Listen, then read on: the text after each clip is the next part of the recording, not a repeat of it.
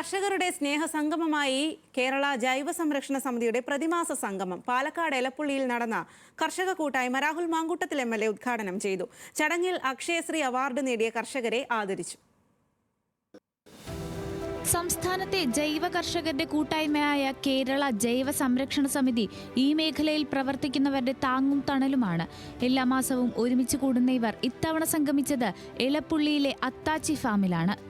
വർഷത്തിലൊരിക്കൽ ക്യാഷ് അവാർഡൊക്കെ കൊടുക്കുകയും പിന്നെ അതേപോലെ ഈ ഇവരൊന്നിച്ചു കൂടുന്ന സ്ഥലത്തൊക്കെ കർഷകരുടെ ഉൽപ്പന്നങ്ങൾ വിൽക്കാനും വേണ്ടിയിട്ടുള്ള ഒരു വിപണി ഒരുക്കി കൊടുക്കുന്ന സംവിധാനവും ഇവരെ വാട്സപ്പ് ഗ്രൂപ്പുകൾ വഴി ഇവർക്ക് വിൽക്കാൻ എന്തുണ്ടെങ്കിലും ഇവർക്കൊരു പശുവിനെ വിൽക്കാനുണ്ടെന്നുണ്ടെങ്കിൽ ഗ്രൂപ്പിൽ പോസ്റ്റ് ചെയ്താൽ 1 മിനിറ്റിനുള്ളിൽ അതിൻ്റെ വിൽപ്പന നടന്നിരിക്കും. ഇവർക്കൊരു വിത്ത് ആവശ്യമുണ്ടെങ്കിൽ, വളരെ അപൂർവമായൊരു ചെടി ആവശ്യമുണ്ടെങ്കിൽ, ഇവർക്ക് എന്തെങ്കിലും ഒരു സംശയം ഉണ്ടെങ്കിൽ, ഒരു വിളയ്ക്കേണ്ട ഒരു രോഗത്തെപ്പറ്റി ഒരു കാര്യം അറിയണമെങ്കിൽ അതൊക്കെ ഒന്ന് കഴിഞ്ഞാൽ കൃഷിക്കാർ അങ്ങോട്ടും ഇങ്ങോട്ടും അറിവെടുക്കുന്ന ഒരു വലിയ ഫാം സ്കൂളാണിത്.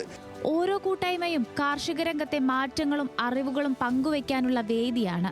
നമുക്ക് അപൂർവമുള്ള സാധനങ്ങളൊക്കെ നാട്ടിലെ എല്ലാ സ്ഥലത്തും എത്തിച്ചേരലും എല്ലാ ഭക്ഷണ സാധനങ്ങളിലേക്ക് ഇത് മാറലും ആരോഗ്യം സംരക്ഷിക്കലുമാണ് ലക്ഷ്യം.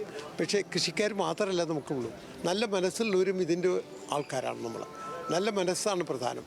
കൃഷി ചെയ്യാൻ സ്ഥലമില്ല എന്നുള്ളത് കൊണ്ട് പ്രശ്നമല്ല, മുഖത്ത് നോക്കി ഒന്ന് ചിരിക്കാൻ കഴിയുക, എല്ലാവരായിട്ടും വരുമ്പോൾ ഒരു ഗ്ലാസ് വെള്ളം കുടിക്കാൻ കഴിയുക, അല്ലെങ്കിൽ ഊണ് കഴിക്കുന്ന സമയത്ത് ഒരാൾ വന്നാൽ ഭക്ഷണം കഴിക്കാമെന്ന് പറയുക. അങ്ങനെയൊക്കെയുള്ളൊരു നല്ല മനസ്സിൻ്റെ ഉടമകൾക്കൊക്കെ ഇതിൽ അംഗങ്ങളാകാം.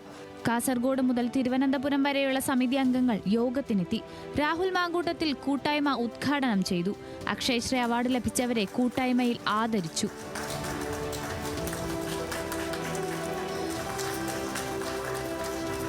ഇനി അടുത്ത മാസത്തിലെ ആദ്യ ഞായറാഴ്ചയിൽ ഒത്തുകൂടാമെന്ന് പറഞ്ഞ് കർഷകർ കൃഷിയിടങ്ങളിലേക്ക് മടങ്ങി.